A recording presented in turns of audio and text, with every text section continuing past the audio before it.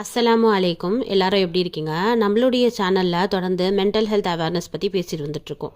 இப்போ குழந்தைங்க அப்படிங்கிறது நம்மளுடைய வாழ்க்கையில் பார்த்திங்கன்னா முக்கியமான பங்கு வகிக்கக்கூடியவங்களாக இருக்காங்க. அந்த குழந்தைங்க ஆரோக்கியமான முறையில் இருந்தாங்கன்னு சொன்னால் நமக்கு எந்த பிரச்சனையும் இல்லைன்னு நினைக்கிறோம். ஆனால் அதே குழந்தை குறைபாடோடு இருந்துச்சுன்னு சொன்னால், குறைபாடோடு இருக்கக்கூடிய குழந்தைகளை வளர்க்கக்கூடிய பெற்றோர்கள் எந்த மாதிரியான மன உளைச்சல்களை சந்திக்கிறாங்க அப்படிங்கிறத இந்த வீடியோவில் பார்க்க போகிறோம். இந்த வீடியோ ஃபுல்லாக பாருங்கள். அப்போ வாங்க வீடியோக்குள்ளே போகலாம். குழந்தை இல்லாதவங்களையும் இல்லை ஒரு குழந்தை 2 குழந்தை இருக்கிறவங்களையும் சில பேர் எப்படி சொல்லுவாங்க அப்படிங்கிறத பற்றி பேசியிருந்தோம். நிறைய சகோதரிகள் எனக்கு மெசேஜ் பண்ணியிருந்தாங்க. குழந்தை பெற்றாச்சு, பெற்றதுக்கப்புறமும் சில பேச்சுகள்லாம் மறக்க முடியலை, அந்த அளவுக்கு காயத்தை உண்டு பண்ணக்கூடியதாக இருக்குது. இன்னும் சொல்லப்போனால் குழந்தைகளை குறையோடு பெற்றுட்டோம், குறையோடு அந்த குழந்தை இருந்துச்சு அப்படின்னு சொன்னால் அந்த குழந்தை ஒரு வயசு வர வரைக்குமே பார்த்திங்கன்னா நமக்கு நம்ம பெற்றோராக அவ்வளோ கஷ்டப்படுவோம். ஆனால் நம்மளுடைய கஷ்டத்தை புரிஞ்சுக்காம அந்த குழந்தை ஏன் பேச மாட்டேங்குது, ஏன் நடக்க மாட்டேங்குது, ஏன் மற்ற குழந்தையை விட உங்கள் குழந்தை வித்தியாசமாக இருக்குது, இதுக்கு ஏதாவது நீங்கள் ட்ரீட்மெண்ட் பார்த்தீங்களா, அங்கே போய் காட்ட வேண்டியதானே, இங்கே போய் காட்ட வேண்டிய அந்த மாதிரி பேச்சுகள்லாம் ரொம்ப மனசு கஷ்டத்தை கொடுக்குது. ஏன்னா ஒரு தாய்க்கும் தகப்பனுக்கும் தெரியாதா அந்த குழந்தைய எல்லாம் கொடுத்துட்டான், அது எவ்வளோ பெரிய ஒரு சோதனை. இன்னைக்குள்ள காலகட்டத்தில் எடுத்துக்கோங்களேன், நல்லா இருக்கக்கூடிய குழந்தைகளையே வளர்க்குறதுக்கு நமக்கு முடிய மாட்டேங்குது. என்ன சொல்கிறோம், குழந்தை ஒரு வயசு வரைக்கும் வந்துருச்சுன்னா அது அமைதியாக தூங்கும், எந்திரிக்கும், பால் குடிக்கும், நம்ம வளர்ப்போம். ஒரு வயசு வந்துருச்சுன்னா அது அப்படியே கொஞ்சம் விளையாட்டுத்தனம் வந்துடும், அது தூக்கம் வராதுன்னு சொல்லும். இந்த மாதிரி பிரச்சனைகள் இருக்கும். அடுத்து வளர வளர என்ன செய்யும், அந்த வயசுக்கு என்ன ஒரு ஆரோக்கியத்தோடு அது இருக்கணுமோ அல்ஹம்துலில்லாஹ் இருக்கும். ஆனால் பெற்றோர்களாகிய நாம் என்ன செய்வோம், அதை கம்ப்ளைண்ட் பண்ணுவோம். இந்த மாதிரி பண்ணுறான், வாழ்த்தனம் பண்ணுறான், அப்படி இப்படின்னு சொல்லுவோம், சலிச்சுக்குவோம். ஆனால் பிள்ளை இல்லை அப்படிங்கிறவங்கள்ட்ட போய் இதை கேளுங்களேன், இந்த மாதிரியான நாட்கள்லாம் எனக்கு வராதா அப்படின்னு எண்ணக்கூடியவங்களா இருப்பாங்க. அந்த நாட்கள் அவங்களுக்கு வந்துருச்சுன்னு சொன்னால் அவங்க என்ன செய்வாங்க, சலிப்பு தட்டக்கூடியவங்களா இருப்பாங்க. அதே போல் அடுத்த குழந்தை பெற்றுட்டாங்கன்னு வச்சுக்கோங்களேன், முன்னாடி பிறந்த குழந்தைய கம்பேர் பண்ணுவாங்க. அந்த குழந்தை இப்படி இல்லை, இந்த குழந்தை ரொம்ப பாடுபடுத்துது. ஆனால் ஒரு வயசுக்கு அப்புறம் பாருங்கள், அந்த 2 குழந்தைங்களும் 3 குழந்தைங்களும் அமைதியாக போவாங்க வருவாங்க. இதை தாய்க்கு பெருசாக எந்த வேலையுமே இருக்காது அந்த குழந்தைங்கள பார்க்குறதுக்கு. ஏன்னா அவங்கவுங்க செயலை செஞ்சுட்டு போயிடுவாங்க. ஏன்னா இதுதான் இயற்கை. ஒரு குழந்தை அந்த வயசில் என்ன செய்யணுமோ அதை கரெக்டாக தான் செஞ்சிட்ருக்கு அப்படின்னும் போது நமக்கு அது ஒரு குறையாக தெரியுது. கரெக்டாக. ஆனால் சில குழந்தைகளால் அந்தந்த வயசில் செய்யக்கூடிய செயல்களை பேச்சாகவோ ஒரு நடக்கிறதா இருக்கட்டும், ஆரோக்கியத்திற்கு அதாவது இயற்கைக்கு அப்பாற்பட்டு சில குழந்தைகள் பிறக்கும் பொழுது அந்த தாய்க்கும் தகப்பனுக்கும் இந்த சொசைட்டியை ஃபேஸ் பண்ணுறது தான் கவலையே. எப்படி அந்த குழந்தைய அல்லாஹு ரபுல் ஆலமீன் ஒரு சோதிப்பதற்காக தான் நமக்கு கொடுத்துருக்கான் அப்படின்னு ஈமானோட இருந்துருவாங்க. ஆனால் அவங்க எதுக்கு அஞ்சக்கூடியவங்களா இருந்துருவாங்க தெரியுமா, இந்த சொசைட்டிக்கு. அப்போது மனுஷ பயலுக எவ்வளோ மோசமான ஒரு நிலையில் நம்ம இன்னொரு மனிதனுக்கு செய்யக்கூடிய ஒரு எவ்வளவு மோசமான ஒரு விஷயம் இது பார்த்துக்கங்களேன். ஏன்னா நம்ம இந்த உலகத்துல மனிதர்களோட தான் நம்ம இருக்கோம். அல்லாஹ் நமக்கு இப்படி ஒரு சோதனையை கொடுக்குறான்னா மனிதர்களை கொண்டு மனிதர் நம்ம ஆறுதலா இருக்க வேணாமா, அவங்களுக்காக நம்ம துவா செய்ய வேணாமா? ஆனா பாருங்களேன், அல்லாஹ்விடத்திலேயே நம்ம இதை பொறுப்பு ஒப்படைச்சிருவாங்க அந்த பெற்றோர்கள்.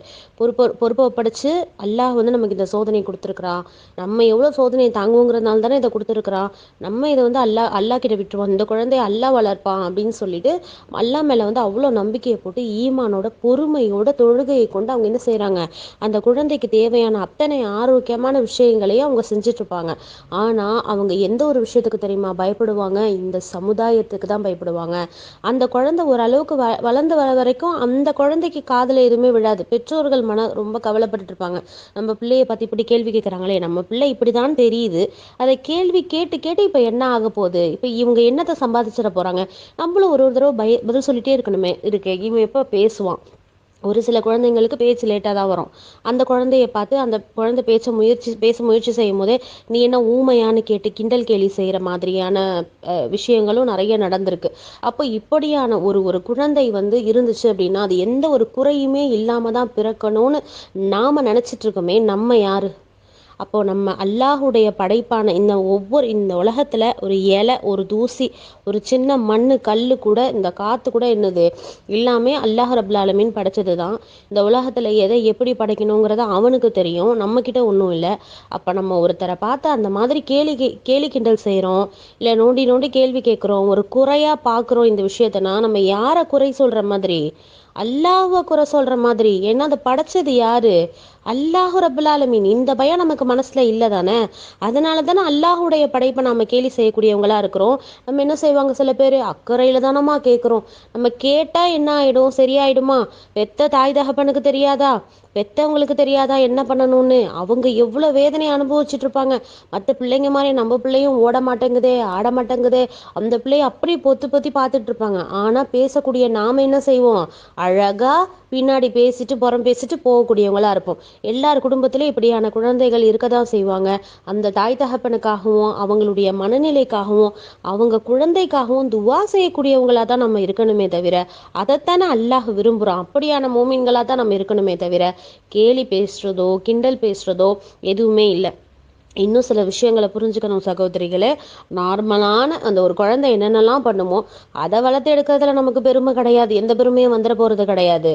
இந்த மாதிரி ஒரு சூழ்நிலை நமக்கு ஏற்பட்டா நாம் எப்படி ஈமானோட இருப்போம், நம்ம எப்படி அந்த குழந்தைய பார்ப்போம், இந்த சொசைட்டியை நாம் எப்படி பார்த்திங்கன்னா ஃபேஸ் பண்ணுவோம், சந்திப்போம், எல்லாருக்கும் கேட்குற கேள்விக்கெல்லாம் எப்படி பதில் சொல்லுவோம். அந்த தாயுடைய இடத்துலையும் அந்த தகப்பனுடைய இடத்துலையும் நம்மளை நாம் ஒரு நிமிஷம் வச்சு பார்த்தாலே போதும், நம்ம அல்லாஹ் கிட்ட பாவ மன்னிப்பு கேட்கக்கூடிய மக்களாக மாறிடுவோம். இப்படியான ஒரு செயலையும் நோவினையும் எந்த ஒரு பெண்ணுக்கும் எந்த ஒரு பெண்ணும் ஆணும் இந்த உலகத்தில் என்ன செய்யக்கூடாது, தரக்கூடாது. இந்த உலகத்தில் படைக்கப்பட்ட அத்தனையுமே அல்லாஹுடைய விருப்பம் இல்லாமலாம் படைக்கப்படலை.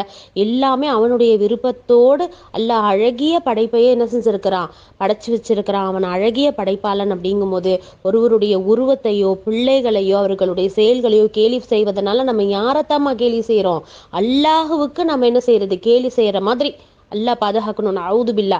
அப்போ இப்படியான செயல்களிலிருந்து நாம் என்ன செய்கிறோம், இதெல்லாம் சின்ன சின்ன தவறுகள்னு செய்யாமையே நாம் நினைக்காமே என்ன பண்ணிட்டு இருக்கோம், தவற செஞ்சிட்டு இருக்கிறோம். அப்படின்னும் போது இப்படியான செயல்களிலிருந்து பாதுகாக்கக்கூடிய மக்களாகவும் இருக்கணும். தாய் தந்தைகள் அந்த பிள்ளைகளை பெற்றுட்டாங்க அப்படின்னா எல்லாருமே ஒரு 10 வருஷம் எக்ஸ்பீரியன்ஸோட வந்து குழந்தை பெக்கிறது கிடையாது.